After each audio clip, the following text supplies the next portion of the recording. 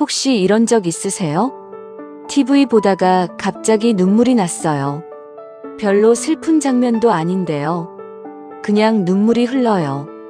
혼자 밥 먹다가 갑자기 코끝이 찡해졌어요. 딱히 슬픈 생각을 한 것도 아닌데요. 아침에 눈 떴는데 이유도 모르게 가슴이 먹먹해요. 뭔가 서럽고 허전하고 그런데 그게 뭔지 모르겠어요. 이런 경험 있으시면 오늘 영상 꼭 끝까지 보세요. 왜냐면요. 많은 분들이 이럴 때 이렇게 생각하거든요. 내가 나이 들면서 약해졌나? 내가 왜 이렇게 감정이 없어졌지? 이러면 안 되는데. 그러면서 혼자 꾹 참으세요. 가족한테도 말 못하고, 친구한테도 말 못하고, 그냥 혼자 사귀세요. 근데 오늘 제가 확실히 말씀드릴게요. 이거 약해진 게 아니에요. 의지가 부족한 게 아니에요. 감정이 풍부해진 것도 아니에요. 몸이 변하고 있는 거예요. 뇌가 변하고 있는 거예요. 그리고 그건 나쁜 게 아니에요. 근데 그냥 모르고 넘기면 이게 점점 더 깊어질 수 있어요. 오늘 그 이유 제대로 알고 어떻게 다스려야 하는지까지 다 말씀드릴게요. 먼저, 나이 들면 왜 눈물이 많아질까요? 이유를 알면 훨씬 마음이 편해지거든요. 첫 번째 이유는 호르몬 변화예요. 50대 이후가 되면 여성은 에스트로겐이 줄어들고 남성은 테스토스테론이 줄어들어요.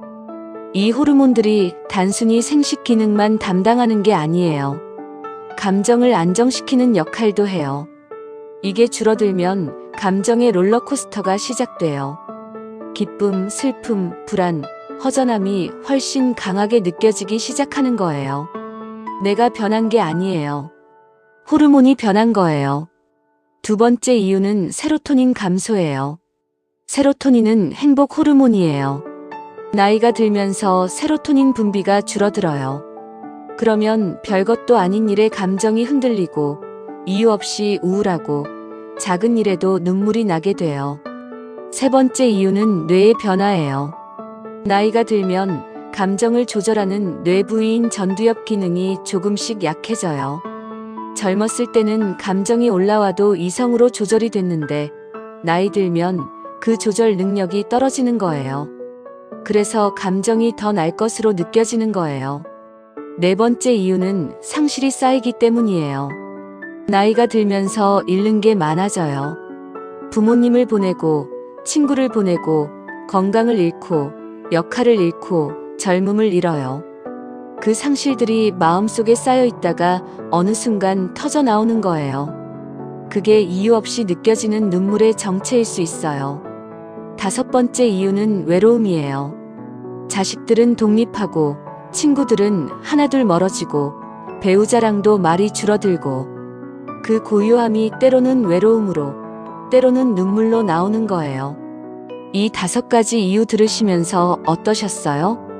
내가 이상한 게 아니라는 거 이제 느껴지시죠? 이건 나이 들면서 누구나 겪을 수 있는 자연스러운 변화예요. 부끄러운 게 아니에요. 그럼 어떻게 해야 할까요? 하나씩 말씀드릴게요. 첫 번째, 내 탓하지 마세요. 눈물이 난다고 자책하지 마세요. 약해진 게 아니에요. 감정이 풍부해진 거예요. 평생 참고 살아온 것들이 이제 나오는 거예요. 내가 잘못한 게 없어요. 두 번째, 눈물 나면 그냥 우세요. 참지 마세요. 눈물을 참으면 그 감정이 안으로 쌓여요. 오히려 실컷 울고 나면 한결 가벼워져요. 눈물은 감정의 배출구예요. 막으면 안에서 터져요. 혼자 조용히 우셔도 좋고, 슬픈 영화 틀어놓고 실컷 우셔도 좋아요. 눈물은 나쁜 게 아니에요. 세 번째, 울고 나서 따뜻한 물 한 잔 마시세요. 이게 별것 아닌 것 같아도 굉장히 중요해요. 따뜻한 물이 몸을 안정시키고 감정을 가라앉히는 데 도움이 돼요.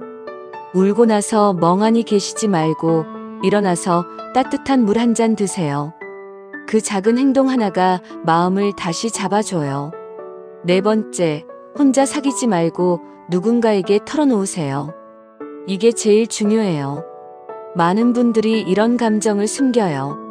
가족한테 걱정 끼칠까봐, 친구한테 약해 보일까봐. 근데 혼자 사귀는 게 제일 나빠요. 말하는 것만으로도 마음이 절반은 가벼워져요. 가족이 부담스러우면 친구도 좋고 상담사도 좋아요. 오늘 전화 한 통 해보세요. 5번째, 햇볕 쬐면서 30분 걸으세요. 걷기가 세로토닌을 올린다는 거 아시죠? 햇볕을 쬐면 비타민 D가 만들어지고 세로토닌 분비가 활성화돼요. 우울감, 눈물, 무기력함에 가장 효과적인 자연 치료법이에요. 약 없이, 돈 없이 그냥 밖에 나가서 걷기만 하면 돼요. 오늘 당장 나가보세요. 6번째, 좋아하는 것 하나 매일 하세요. 뭔가 좋아하는 게 있으셨을 거예요. 그림 그리기, 화분 가꾸기, 노래 듣기, 드라마 보기. 뭐든 좋아요. 거창할 필요 없어요. 매일 딱 30분만 나를 위한 시간을 만드세요.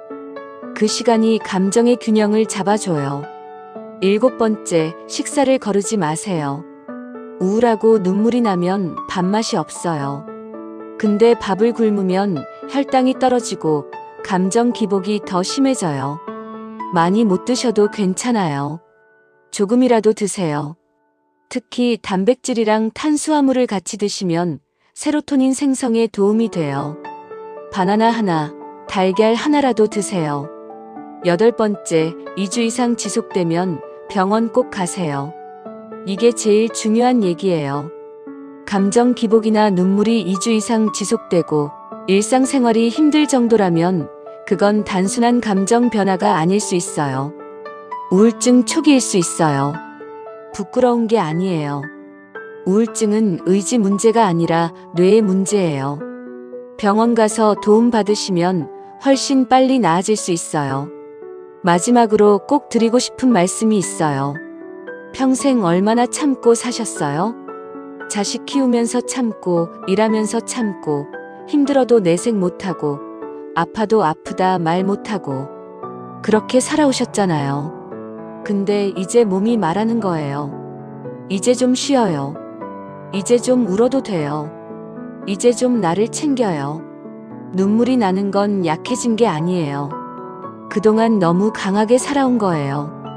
참아온 게 너무 많은 거예요. 이제 그게 흘러나오는 거예요. 그러니까 부끄러워하지 마세요. 숨기지 마세요.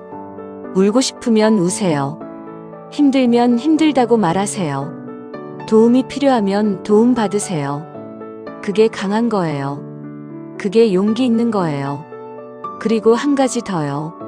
지금 이 순간 눈물이 나신다면 그건 여러분이 아직 살아있다는 증거예요. 감정이 살아있다는 증거예요. 마음이 살아있다는 증거예요. 그 마음 잘 간직하세요. 앞으로도 하고 싶은 거 많으시잖아요.